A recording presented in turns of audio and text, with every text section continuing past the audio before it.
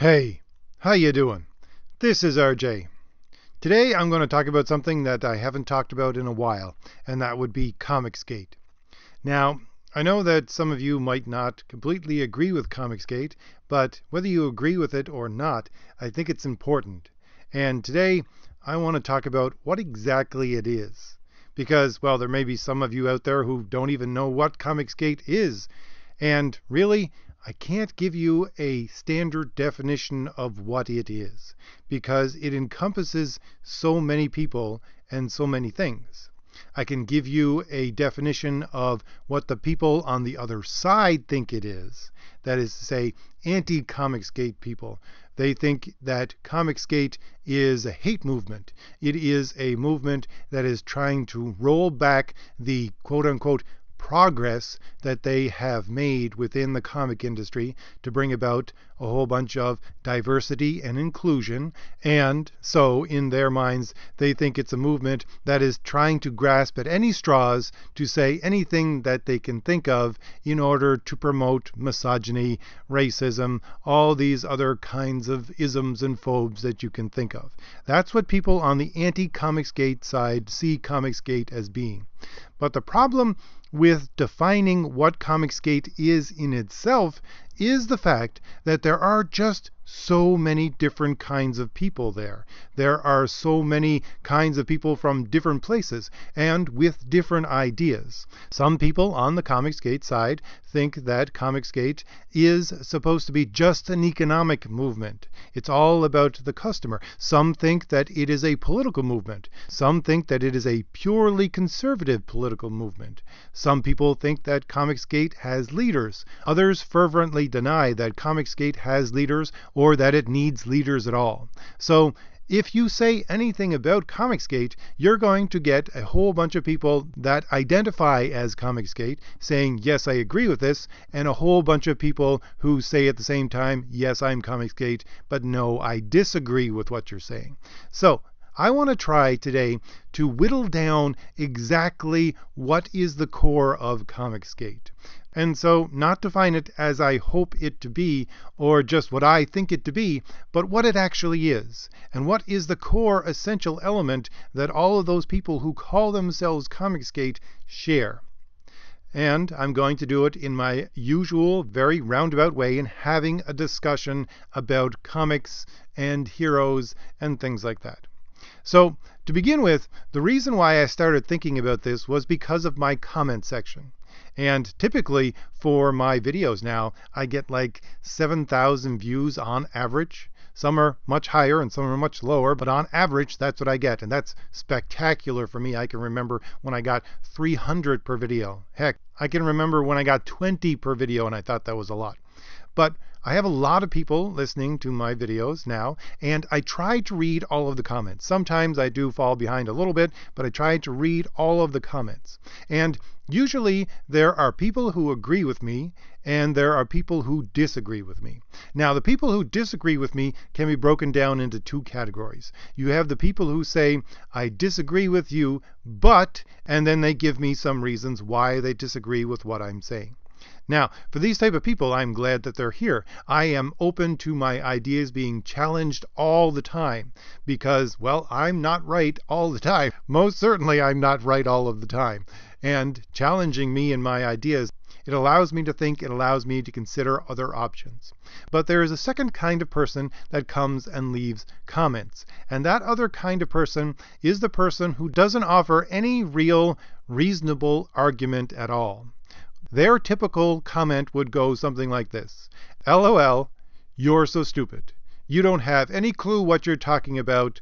LOL. And this type of comment, well, it is an argument in itself. And I actually am grateful for those kind of people that leave those comments as well, because it shows me what the other side is thinking. Because, as I said, this is a type of argument.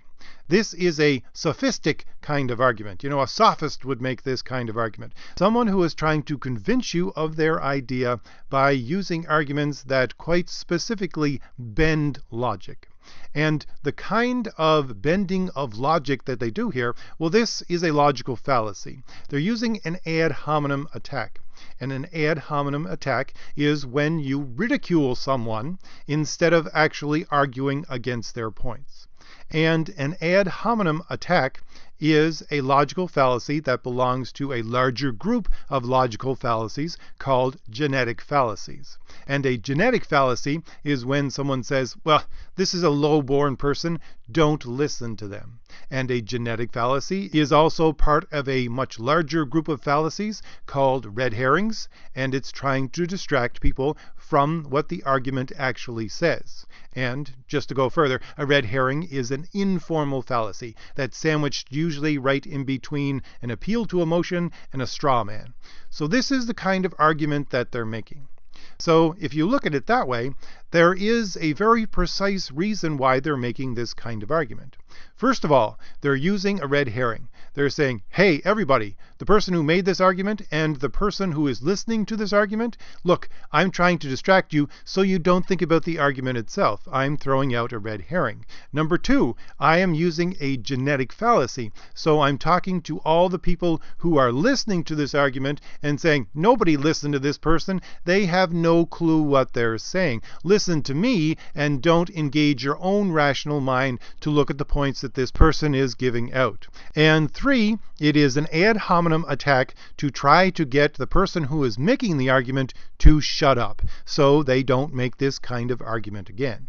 So this has a very specific kind of purpose. Again, first, to distract with a red herring. Second, to tell the people who are listening to the argument, don't listen to this person. They don't know what they're talking about. Listen to me. Don't engage your rational mind. And number three, to tell the person who is making the argument, you're so stupid. Don't try to make this argument again. And the thing is that this is a very specific tactic of quote-unquote progressive people. They use this tactic all the time. This is actually one of their go-to tactics that they use. And don't just take my word for that. There's a guy, I think his name is Robert Creamer, if I remember correctly. He's written a book, well, fairly recently. It's basically the new Rules for Radicals that was written by Saul Alinsky in the 50s, 60s.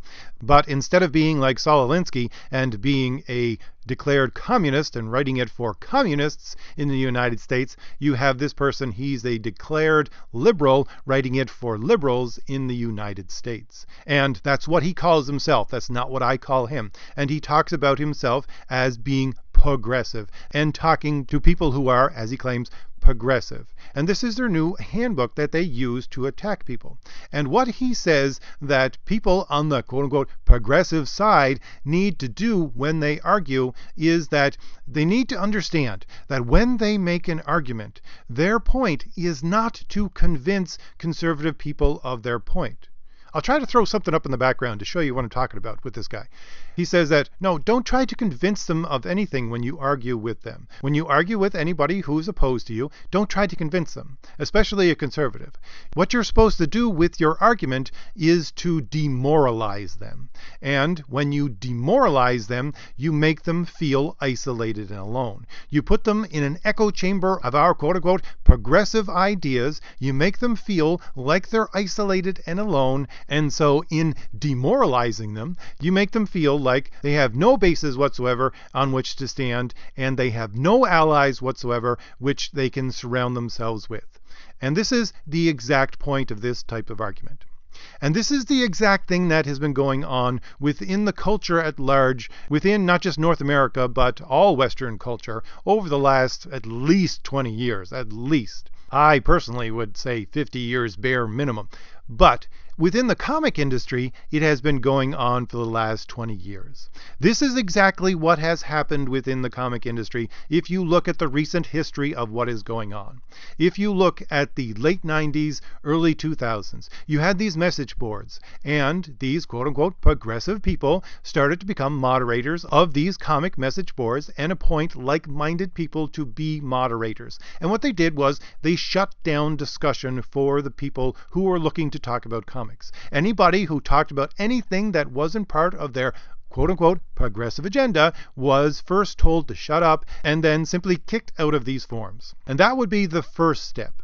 And today, this has continued on further. I have done a number of videos about this type of thing. There is no hiding it at this point, and the other side doesn't even want to hide it at this point. You have these people on social media who are comics pros, and we all know that they mass block people who they don't agree with. They don't want to have a discussion at all. They want to shut down any form of discussion. I did 3 videos on a Comic-Con panel that was done by the Women of Marvel, and this isn't one of their little podcasts that about 400 people listen to. No, this is a panel at a Comic-Con where they had a much larger audience, and they were talking about the fact that they had to block out all negative voices, to block out all these voices entirely, and on their social media they had to shut down so much stuff so that none of these negative voices came in, and that was extremely important and one of the main points of what they were talking about. So they want to shut down discussion. They don't want to listen to anything that anybody says on the other side. And one really good example of this would be the whole fiasco with Mark Waid and trying to take down Richard Meyer. Now, the Mark Waid part of it is actually just the end part of it, because the comics quote-unquote pros have been trying to take down Richard Meyer for quite some time, almost from the time that he began talking. And how did they try to bring him down? Well, first of all, they called him racist and all of these other phobes and ists. And what was that? Well, that was an ad hominem attack. And then, after saying that, well, they tried to attack him personally by going into his background and digging up things that they thought would hurt him. And what was that? Well, that's a genetic fallacy. That's saying, don't listen to this lowborn person. Look what they have done with their life. And after that, they said, well, nobody listened to this person because he has never created any comic books in his life, so all that he has to say is just irrelevant. Again, that is another genetic fallacy. And then when they finally said, well, go ahead and make a comic then, let's see how well you do, then when he tried, they had to shut him down. You had Mark Waid come out and going around to people and saying, don't interact with this person, don't give them any support whatsoever, make sure that he cannot publish his comic. And the thing is that this is designed exactly to isolate him, to demoralize him and his followers and the people who want to see a comic like he was producing. That was the entire point of it. To demoralize, to isolate, and to defeat by using those 2 tactics. That's exactly what it was about. And they are still pressing this in some corners. Certainly, Mark Waid is still pressing this. That's what they're trying to do. Instead of engaging, instead of having a discussion, because they don't want to have a discussion, they attack exactly in this way. Now, what does this all have to do with comicsgate? Because I started talking about comicsgate and haven't talked about it much since. Well, I would say that the core of what comicsgate is to fight against this thing that has been growing within the comics community for the last 20 years and really just took over and didn't allow anybody at all to speak whatsoever. And so what I think the core of comicsgate is, it is simply a movement where people can get together with other people and realize, number one, that they are not alone.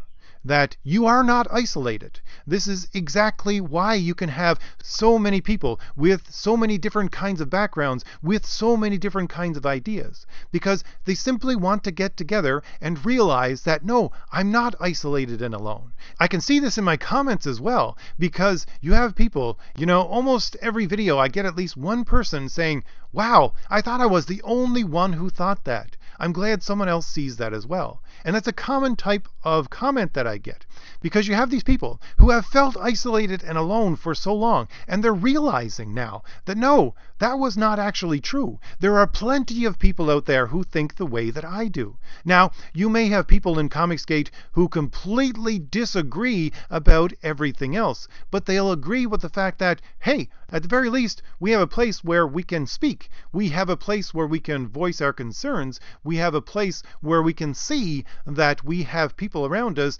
that think the way that we do. Now, there may be an entire section of comicsgate that disagrees with you on your point, but at the very least, there's probably an entire section of comicsgate that agrees with what you have to say. So you know that you're not alone. You know you're not isolated. And so since you know those things, you know that you do have a voice. And I would say that what comics became over the last 20 years is the exact opposite of what comics were for the 40 years preceding that. Because for that 40 years preceding that, you had comics and they concentrated on heroes. It certainly wasn't the only type of story that you were going to get in comics, but it was the driving force behind comics for those 40 years minimum. It was heroes. And the whole thing about heroes, I'm always going back to this definition that has accompanied Western civilization for the last 3,000 years, that a hero is a paragon of virtue. And the thing is about virtues, well, they point to a larger truth, an objective truth. And the thing about objective truth is that you and I, as very different individuals, can both point to that objective truth. We can interact with it as separate individuals, and we can get very different takeaways from that truth. But the thing is that both of us are referencing this one point. You know, you and I could like the same hero, but we could disagree with almost everything about that hero, but at the same time realize that, well, no, we agree with the fact that they are a hero. At the very least, we agree with that point. And that's the thing. A lot of us who love heroes, well, we have access to that central point of some objective kind of truth. We have access to it through heroism, through these heroes. We might have very, very different takeaways from that idea of what a hero is. Very different takeaways from that objective truth that we can see behind those heroes. But the thing is, when you're dealing with something like objective truth, that's quite all right. That is something that is supposed to be there. Because, as I'm always saying, when you deal with things in this realm, it is quite okay with that individualism that you bring to the table. Because it can interact with all of those individuals. Because you need to be an individual. You need to have your own individual voice that interacts with that greater truth. That is part of what those ideas encapsulate in themselves. There's no problem there. But what these people on the other side, what these quote-unquote progressive people do, is that they work off an ideology that has no objective truth behind it.